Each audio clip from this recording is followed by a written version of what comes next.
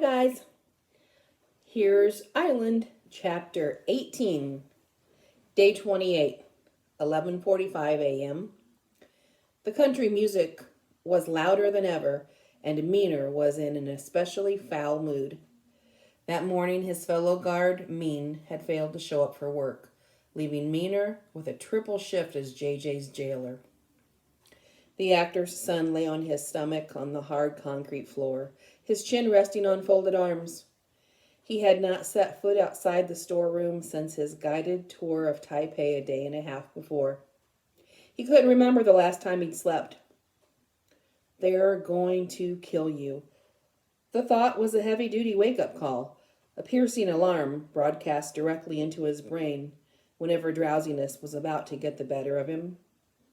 If Dad paid up, the smugglers would shoot him the minute they had the money.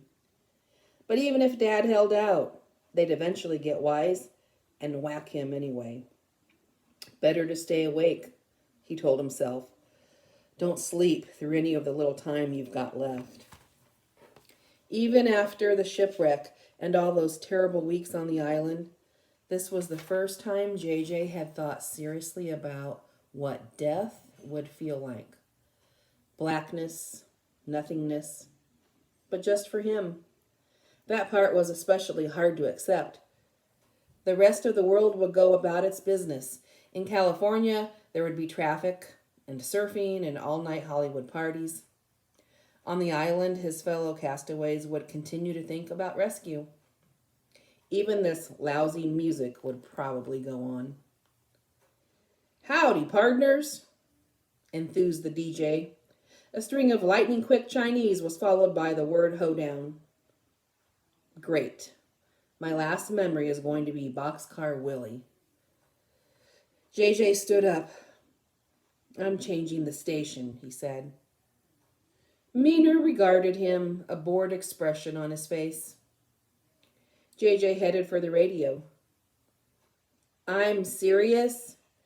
There's gotta be some decent music around here." The guard barked something at him. His hand hovered over the gun in his belt. JJ swallowed hard and kept walking. A plan was taking shape in his mind. He thought, he didn't shoot me last time. Now the gun was out. The man yelled a steady stream of agitated Chinese that mingled with the DJ to sound like a heated argument.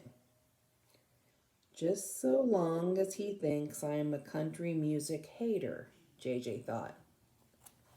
Changing the station. Got it? I'm changing the station. JJ reached for the dial. Shouting, Meaner took a menacing step forward, and JJ picked up the radio and swung it with all his might. Smack! The portable radio made contact with Meaner's hand. With a cry of pain, the guard dropped the gun, which skittered across the cement floor. JJ lunged for it. He knew speed was his only advantage in a fight with an adult. If Meaner ever got him in a wrestling match, he was doomed. His eyes were locked on the gun.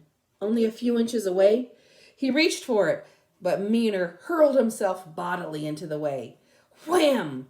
He hit the floor between JJ and the weapon. There was a sick-sounding crack as the guard's head struck the concrete. JJ sprang to his feet, but Meaner was unmoving. A trickle of blood trailed out of his ear to the floor. JJ picked up the weapon and stuck it in the waistband of his fatigues. He was free. But how was he ever going to get out of the hangar? He eased the door open about an inch and peered through the gap. The building was deserted. I couldn't get this lucky, he thought. He looked from every angle. The plane was parked, and the big hangar door was closed, but there was no sign of his captors, and he could hear no voices. All was quiet. He took 3 tentative steps and then broke into a run. Where was the control that opened that hangar door? It was probably pretty obvious, but in his excited state, he couldn't locate it. Then he spotted a small emergency exit in the corner of the building. He sprinted for it. Locked! He fought with the knob, shaking with all his might. Cold panic. Anger, too. He was so close. How could fate do this to him? The gun. It came to him in a series of flashes from at least a dozen of his father's movies. The cop or detective shoots the lock to make his escape. But that was the movies. Would it work in real life? There's only one way to find out. Hand shaking, he held the pistol about 6 inches from the doorknob and took careful aim. He had never fired a gun in his life. He was amazed at how hard it was to budge the trigger, but once it began to move, it was like a toboggan, accelerating, inevitable. 3 sounds came in such rapid succession that JJ heard them all at once. The crack of the gun, a violent screech of splintering metal, and a yowl of pain. The recoil took the pistol clear out of JJ's hand. It clattered to the floor 5 feet behind him. The ruined exit door swung slowly open to reveal Naslund and Mr. Big. The Englishman was doubled over, clutching his side where the bullet had struck him. His shirt was stained with blood. "You!" exclaimed Mr. Big. Naslund reached out menacingly, but JJ exploded through the doorway past him, convinced to the core of his being that the prize of this foot race would be his very life. The Englishman pursued until the pain in his side became too great and he pulled up short. "Get the car!" he croaked. His words sent ice water coursing through JJ's veins. JJ pounded down the runway, footfalls resounding in his head like the beating of his heart. "Fly!" he exhorted himself.